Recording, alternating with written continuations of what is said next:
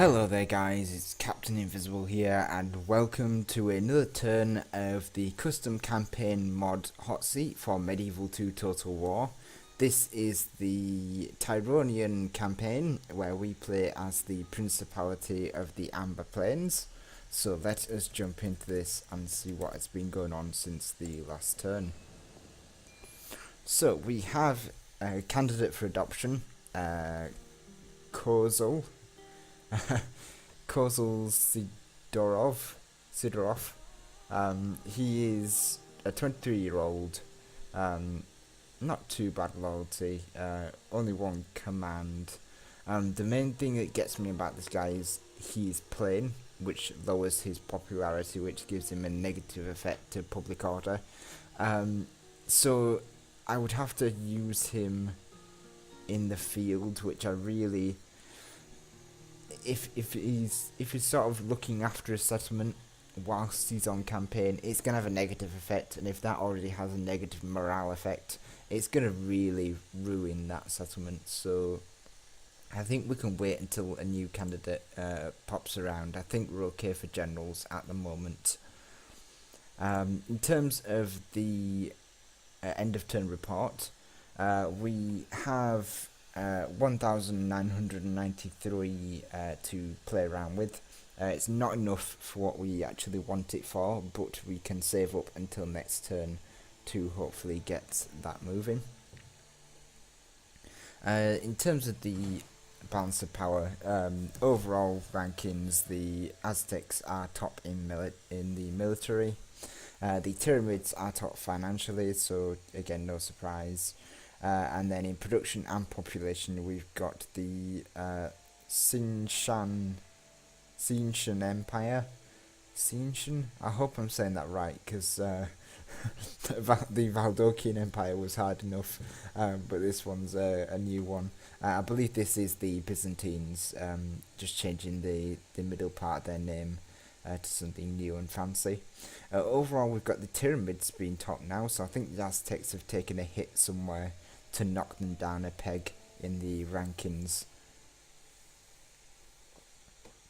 So we want to either take or set up taking Istalo, so we're going to get our spy to have a look. And as you can see, Istalo has 2 Armenian cavalry, an Armenian archer, and then the spear militia. So these 3 units alone are quite powerful. I'm actually a little bit worried about sieging it. I think I might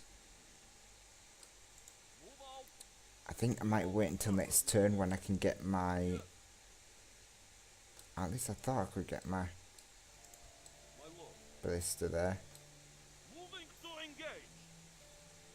It did say I could, but yeah, if I can't get my ballista there, then I think I'm going to have to do this. So we'll lay siege to it. Then we'll give all these cavalry to the Grand Duke. Now it says, judging by the banners, it says we do have more troops, which hopefully means that the AI does not consider its army better than mine. My army is better in a sense. These Armenian cavalry are quite powerful, but you know, they're not gonna do nothing against horse archers. The Armenian archers might be able to do some damage to horse archers because of their long range, but the problem with the AI is that it doesn't consider these Cossacks to be any good. As you can, as you've seen from my previous military rankings, I've got 6 of these guys, and it doesn't equate them to anything. It doesn't like to make anything of them. So my military ranking is always very low because it does not equate my Cossacks to anything too powerful.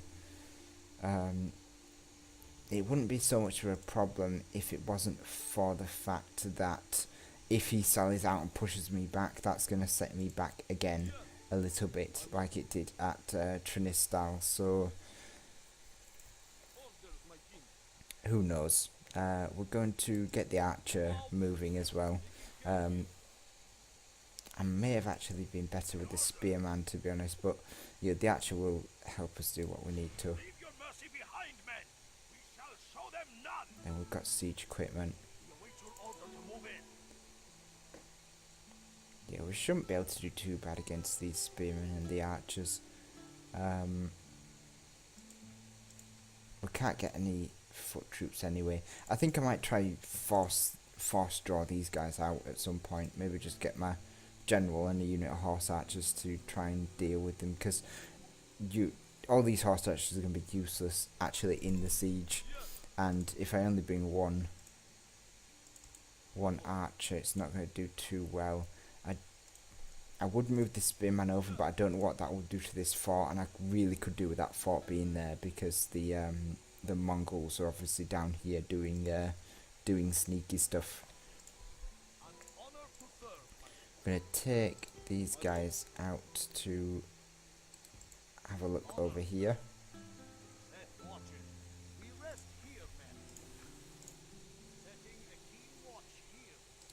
And those guys can move back, so we've got the Mongols bordering over here. So we can actually, let's have a look at getting some more Kazakhs.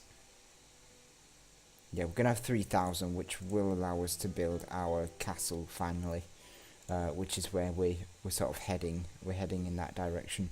We'll also hopefully be able to sack Istalo, which will allow us to get some more funds from that. We need to move our diplomat down. And we need to... Looks like we're finally getting some population from here, so... I wonder if it will... It does affect my funds quite considerably, turning that down. Let's have a look. Taxes, 2,643.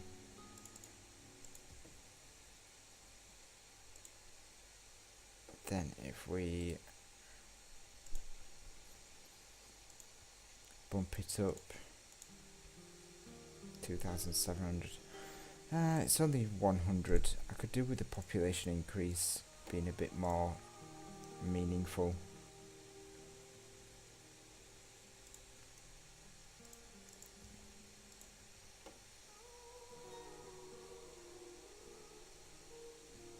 %'s not too bad.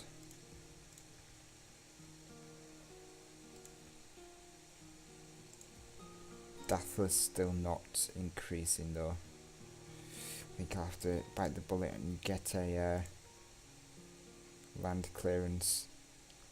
On promise, I think my castle's 1,400. I think I'll have to just do that, and then, because I could really do with, although I did agree that it wouldn't really give me that much. 100. It's not going to be too bad, and it will increase our population increase here, which is what we need. We need more population increase at Dathler. There's no point us not having that. We're still building our mines over here. I forgot the mines would also increase our income, and we are going to have enough for the castle, although we are going to be looking to sack Istalo anyway next turn, providing it doesn't sally out and drive our army back, which it probably will. It's going to be a problem with these horse archers, I think, not being good enough. Got some traits for our spy, which was good. He's going to be slightly better. Good. We might actually open the gates next turn, which actually would be very helpful, because it'll force the AI back into the town centre as well. I could do with a watchtower over there, but I think I'll move him back for now. At least we've got sort of this area covered.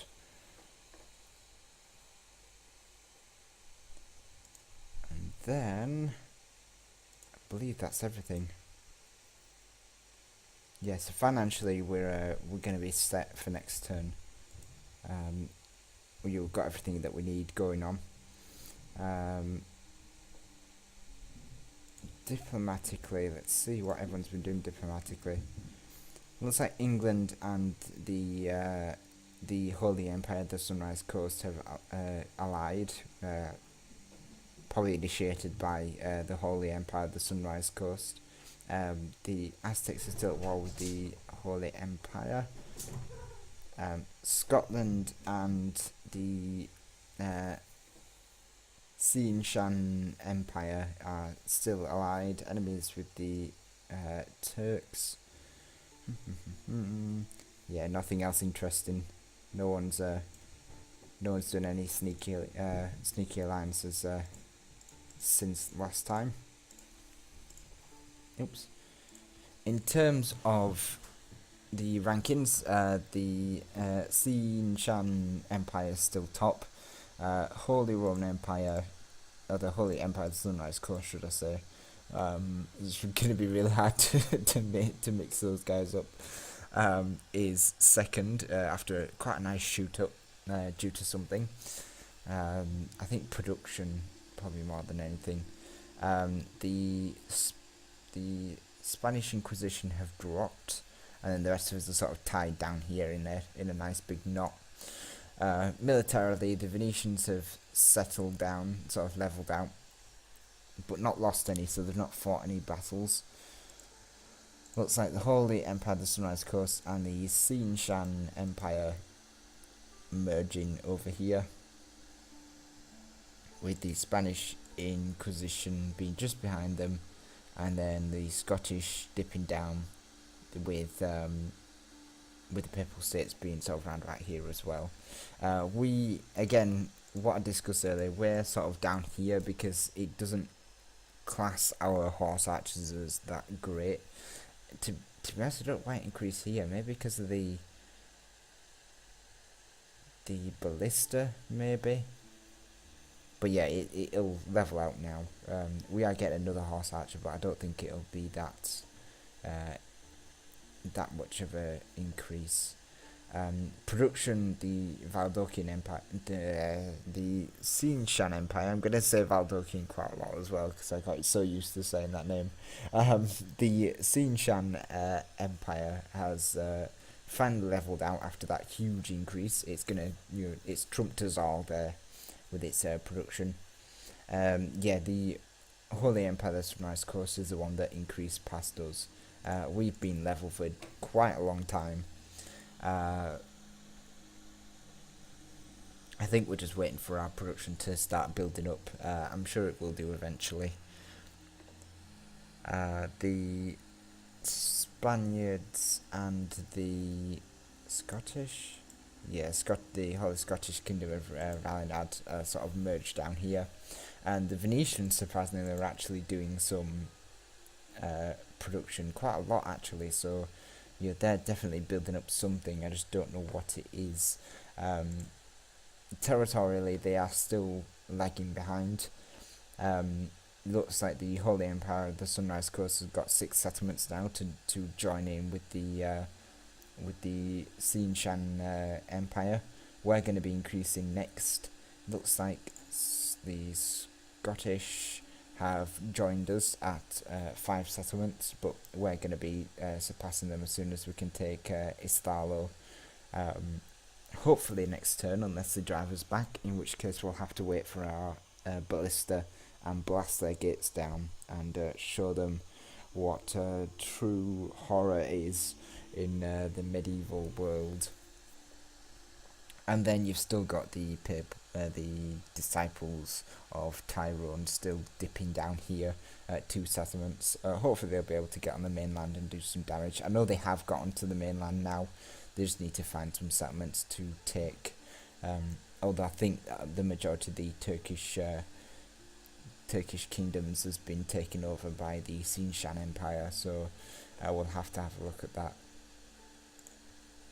Financially, we're all a bit of a mess down here. Looks like the Shan Empire has actually managed to stabilise its economy quite nicely up here.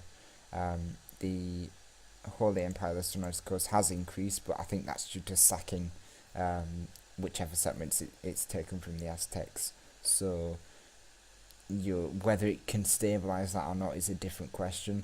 As you can see, it's very easy to get tons of money when you take settlements, as seen by the Spanish Inquisition here.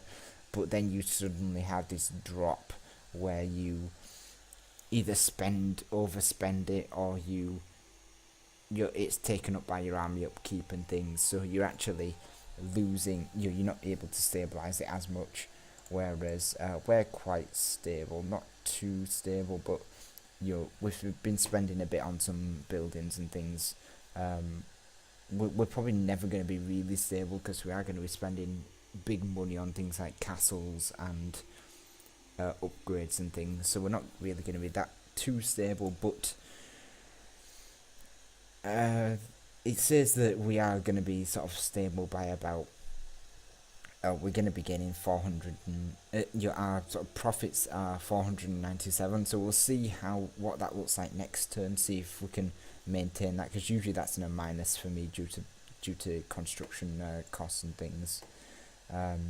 Yeah, the rest of us are sort of down here, sort of in the dog's dirt of economy. Population, yeah, as you can see, the Holy Empire of the Sunrise Coast has taken a very populous settlement from the Aztecs, so you can tell it's an Aztec settlement just by looking at that. The Xinshan Empire has rounded out a little bit now. Our population's gone a bit dead. I'm not quite sure why it sort of stopped moving, but maybe it's to do with... No, I've got no idea. There's no point me guessing. Hopefully increase a little bit once these farms are sort of up and running. Then finally the Scottish Kingdom of Ralinad has stopped dying. Again, I don't know what this dip was. Really interesting to know what kind of madness has happened there. Excellent. So yeah, we're just going to push on Istalo and make our way down this way, and then we can sort of clean up things with the Mongols and look at things from there. We just need to keep an eye on the Mongols for now, but I know that there's sort of an army over here. I think it's moving north. I don't know whether it's going after rebel settlements over here that the Danish have failed to capture, or whether it's just going to come and try and attack our weak settlement here of Trinistal, but it's coming up this way, hence why I've got horse archers, and if need be we can pull some horse archers to intercept and take them out, and then we can just declare all out war on the Mongols. As soon as we take this settlement, we can go from there. Speaking of which, we have the Xinshan Empire now bordering us here, which means that as soon as we take Istalo, any expansion over this way is going to be met with going to be met dead in its tracks. So we're going to have to start moving southward, taking out the Mongols, and then moving through these mountains and through this way if we're going to sort of block off the Venetians. The Xinshan Empire has sort of stopped us from expanding too much this way, which is a problem. Not too big of a problem. I mean, what we could do is we could start building an army up here and try and capture this. I think it's over here, this rebel settlement, although I kind of think that, or maybe over here, but I kind of think that the Xinshan Empire will swallow that up shortly anyway. We do want to look to sort of taking, I think it's a castle over here, so taking some settlements over here and trying to push the Mongols further south and stop them from sending incursions up here. I really didn't want to have to go after the Danish because they are isolated super hard up here, and it's going to be really hard to pass through these mountains, but depending on what they do, if they decide to come down this way, I'm going to have to stop them as well. I would hope they would go after the Egyptians or something, but yeah, you can't always get what you want, as the song goes. So I think that's everything I wanted to talk about, so we can end the turn. Save the turn.